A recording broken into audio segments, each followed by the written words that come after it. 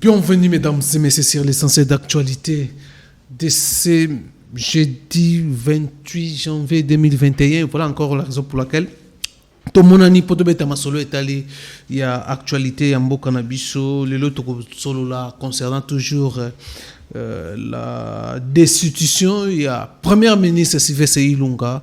Le débat autour de ça, il a adressé une lettre à chef de l'État par rapport à démission au Bazako Zéléango, l'élo 24 heures après décision na niveau Assemblée nationale, décision na Assemblée nationale oyo bangonde mutu ba investissa qui Ilunga Kamba préfère sortir par la petite porte. Comment? Maintenant, comme à l'ingine schéma wana,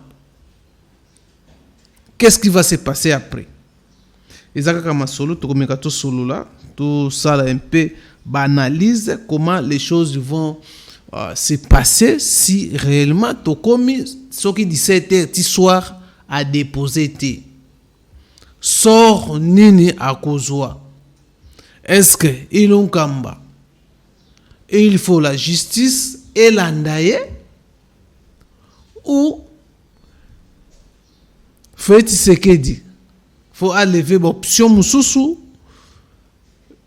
Il y a qu'à constater crise salami entre parlement oyo investissaka tout le bilango bongo Ilunga Kamba oyo za premier ministre.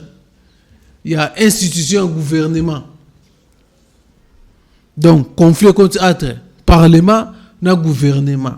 Oyo, la loi, la constitution, non, si les deux institutions sont en conflit, chef de l'État n'a pas prérogative à Zanango, il faut passer par la dissolution de l'Assemblée nationale pour qu'il y ait une élection. Tous les candidats Moussoussou, ba nommé premier ministre Moussoussou. Est-ce que na étape pour tozo kende là? Na étape déjà les signaux lors il y a l'essentiel mot to lobela qui a rencontre, il y a voyage, il y a Ilunga Kamba na Katanga kuna bien que ba document monana qui voyage autorisé par le chef de l'État. Voyage officiel, mais na voyage on est salamaki.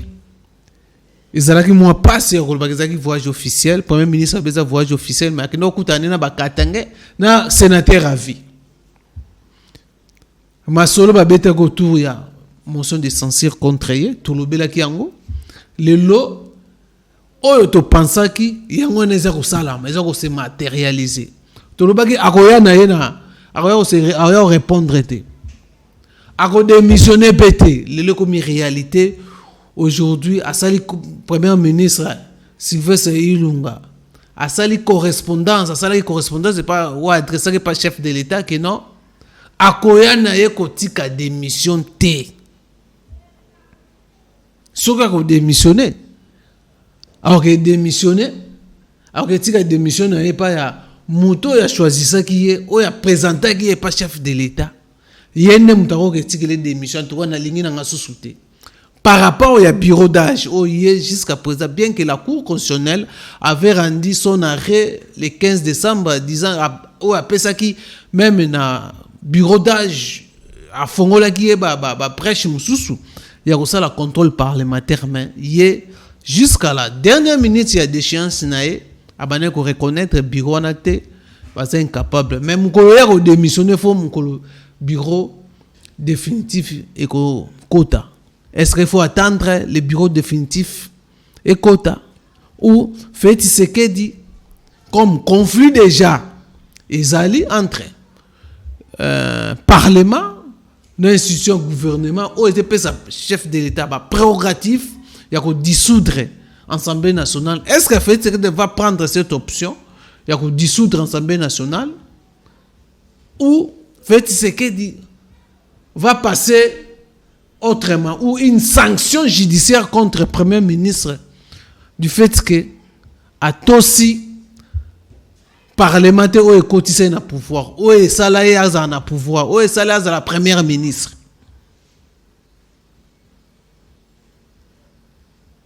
Il un kambalobi ya goyate. A goyate par rapport ya bandeko ya Katanga. Les Katangais et les sénateurs à vie lui ont interdit ya kokende d'abord se présenter devant plénière où ezalaki lobby mercredi à se présenter peut-être à déposer ce qui va destituer à démissionner. Question toujours comme mituna ba katangende mutu bazo diriger mboko yo. Est-ce que les katangende mutu bazana bazo diriger ba mutu bazo ramibeko?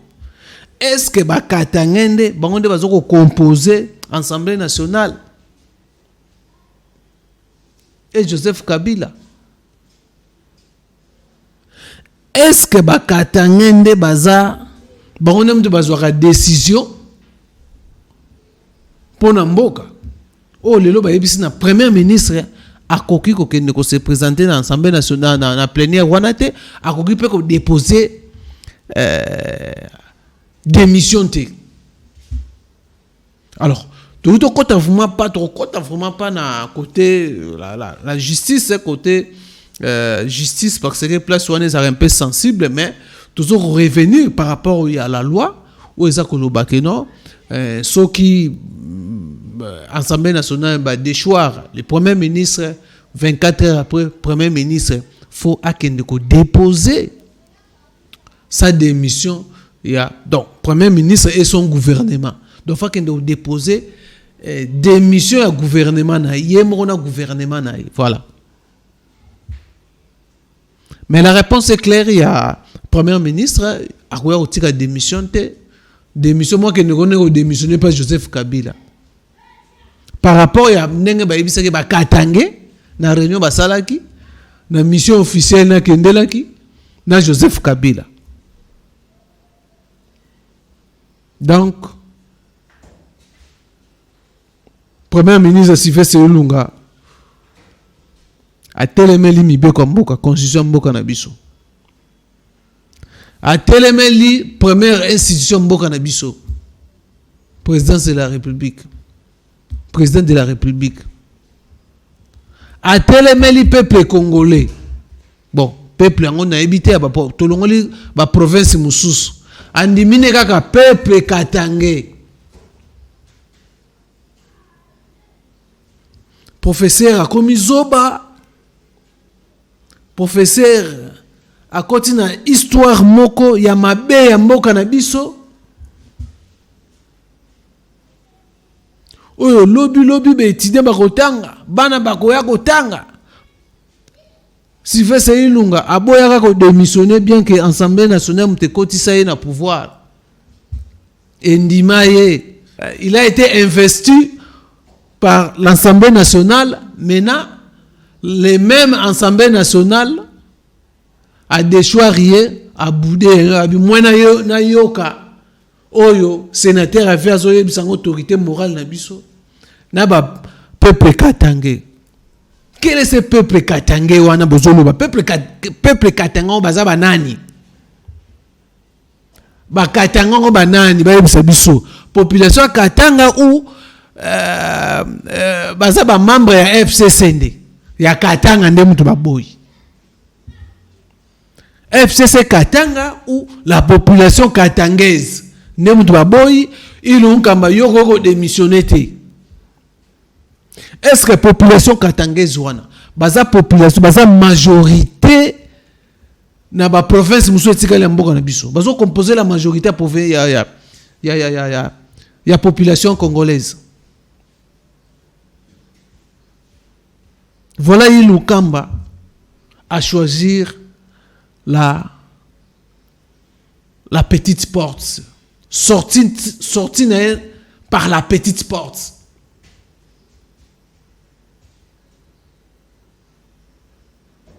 Ni na kokoleka awa bude mokonza mboka bude ko respecter mibeko a telemeli constitution ya mboka oyo eza koyebisa kende otika lettre ya démission ya yena gouvernement na ye aboyi.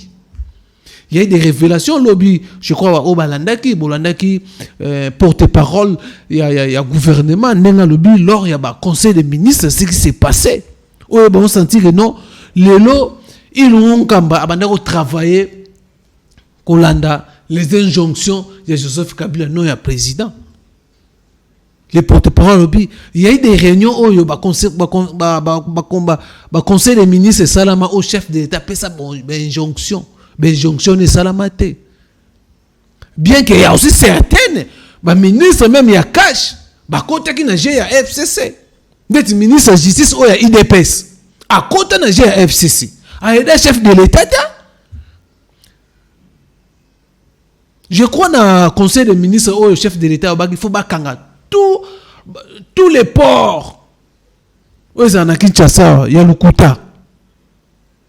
Et le chef d'État loba na katsabamsuba loba donc le ba révélation ba ça alors même donc alors en reprenant deux fois na ba différents conseils des ministres mais ça la matin ministre de transport il y a FCC rien il fallait la justice au hasard il y a IDPS il fallait ya ça la pression rien et kanga mate ba boya kotosa pe lo moko tika kingai na saki ma sidéré ya koyoka que mbongo ya COVID-19 au porte-parole à lobaki na landaki abake mbongo wane ya pona COVID-19 mais les premiers ministres azo ba injonction soki wapi bakenda ko affectango na makambo mususu or mbongo ya COVID-19 ekenda na makambo mususu la raison pour laquelle tout le monde il a dit que non bandeko basalaki na ba COVID-19 ya kolite banini ba futamate parce que mbongo na bango wana ba don wana ba mbongo yaka wana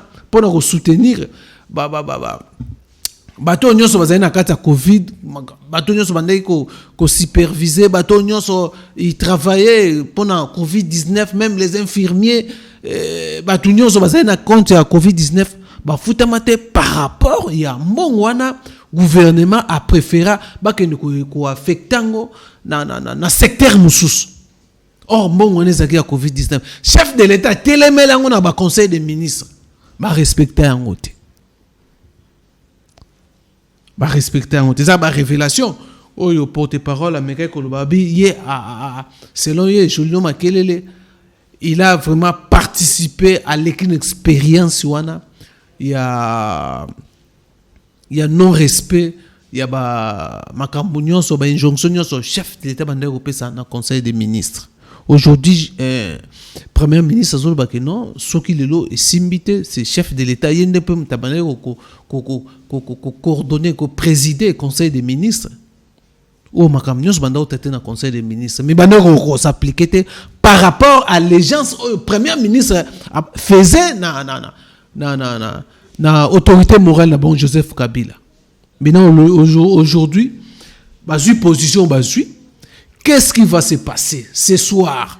Félix Tshisekedi va frapper le premier ministre parce que option il y a que dissoudre na moni eza maintenant élagué par rapport à position par rapport à la réalité politique au tozana ngo sikoyo. Il y a une union sacrée, et ça la moins passe. Mais est-ce que la justice va poursuivre le premier ministre qui boude, qui viole l'article 146, 147? Il y a conscient de Bokanabiso. 24 heures, c'est là, l'élo. Dans quelques heures, c'est aussi là. Le ministre a déjà lobby à démissionner. Entendons voir la soirée, Nini Ekoleka, ba sanction que vous avez là, l'icolo naye, ba ko chasser na primature, Voilà la raison pour laquelle nous disons que non, nous réfléchissons, toujours scripter la position, surtout la correspondance du Premier ministre à Saleli, chef de l'État, il y a le chef de l'État, démission, à sa démission. Donc là, ce qui démission, pésamité, ni salama. Est-ce que chef de l'État, selon, tu dois raisonner pour gouverner, mais déjà démissionnaire, banane bako assumer les intérims ou ba faire courante. Est-ce qu'on recourir na ba secrétaire généraux, il y a ba ministère, ba assumer l'intérim par rapport à la position oyo ilun kambazo zwa. Naba les Katangais, oyo benga la population katangaise, quelle population katangaise oyo ba yebisiye a démissionné te. Pour ça la musala kitoko. Tu yebite pour la musala kitoko. Population katangaise wana oyo ba yebisiye a telemela bureau d'âge ou assemblée nationale. Population katangaise ngo banani ba identifier. To famille politique ya Kabila Nemutu baboyi. Donc voilà un peu tout ça qui dans nous c'est là ça déjà opposition Kabila à côté déjà dans opposition. Dans la déclaration il y a Mouta FC c'est pour ça l'opposition républicaine. Selon bango ndenge balobeli opposition républicaine. Kabila continue en opposition. Kabila bandi de ça les actions ya opposition. Abandi komeka, abandi apprentissage voilà. Il y a opposition, Ilunkamba boya boy, mais ati Ilunkamba en danger.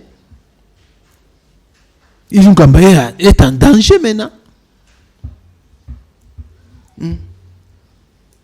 Comme tu vois que certains juristes faut azala poursuivi dans justice. Faut pas kangaye. Tala tata mukolo aboy vraiment na ajo zanango. Pepe Ilunga. Voilà, mesdames et messieurs, tu dois réfléchir par rapport à la correspondance et à Sylvestre Ilunga oyo a komela ki mokonzi ya mboka pona ko boya pona ko signifier que non bazela na bango yete akoya na yete. Donc a signé chef de l'État, a signé la constitution mboka na biso, a télémeli ngo tata mukolo professeur de l'université, a télémeli ba institution, a télémeli population congolaise, azoye que la population moko ya province ya Katanga, ya o Katanga comme na ebite so o kat so nini. So population Lubumbashi na ebite so ki ba lushwa baza d'accord na ina makambazo ko sala. To azo memisa ba lushwa makambo. Azo kosela ba Katangais makambo. Na ba Katangaises bazo kosela bino makambo epa yelo nkamba bino bo pesier pouvoir wana besoin ngo wapi. Est-ce que bino bozo sala majorité ya mboka na biso? Bino bo population Katangaise bino nde bokomi ba vrai ba député ou soit ba représentant valable. Peuple souverain. Bino nem tu bozo ba décision. Bona mboka. Voilà, mesdames et messieurs, Ilunga Kamba choisit sa sortie par la petite porte où il kamousi batuto et sort na été. Chef de l'État renommé secrétaire général pour assumer intérim par rapport à Ilunga Kamba. Ilunga Kamba sort né et kozala nini ce soir. Il sera déguerpi par la force dans la primature, chassé, retiré. Par rapport d'abord à la position déjà, on devait déjà retirer déjà la sécurité retirer. À côté déjà na résidence surveillée pour un élément très dangereux contre la République démocratique du Congo, contre les institutions de la République.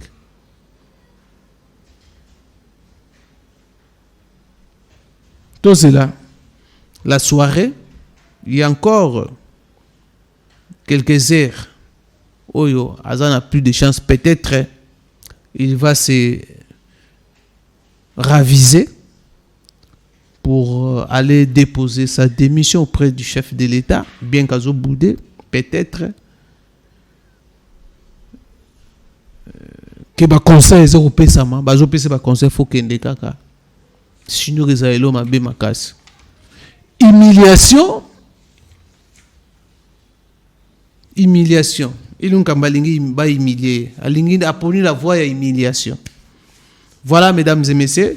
Aujourd'hui aussi, pour aussi ça, il y a d'ici là déjà, il y a cérémonie, il y a prise de fonction, il y a un nouveau directeur, il y a cabinet chef de l'État, Guylaine Niembo, où il va combattre c'est un combattant aussi averti, combattant aussi pas les moindres, où il y a en fonction aujourd'hui, Guylaine Niembo, Mbwanza, Azokota, histoire à Kamere, et Koti Moboulou. Je ne sais pas si. Bon, Tolobani, Wana to Sui Karawan, to Kangina Noana, Bati Lukwebo dépose aussi son dernier, son rapport. Il y a un informateur, selon les informations, déjà Bati a réussi. Sans mission, ils ont acquise na oyo na mission va pesa pas chef de l'État et voilà les paix oyo tout ça qui nango dans les quatre il y a l'essentiel tout ça moi to raisonner ensemble na bino to même la bino makanisi oyo quand même to réfléchir sur l'actualité en beaucoup na biso oyo za koleka eza mawa trop nous savons pas si quand Joseph Kabila a déjà basé en cas d'opposition, Babandi déjà bloqué la machine, Balingi va créer une nouvelle crise du fait que Joseph Kabila a dépouillé, Joseph Kabila va rendre faible à Kosakanate. On attend demain déjà dans l'Assemblée nationale dépôt et candidature. Dépôt déjà bandi ya ba candidature à l'Assemblée nationale kuna ya ba oyo ba ko briguer bureau et Assemblée nationale. En tout cas, quant à moi je vous dis merci na million soboza ke belé ya ko landa biso tokutani mbala ya simana numéro mususu. Portez-vous bien, bye bye.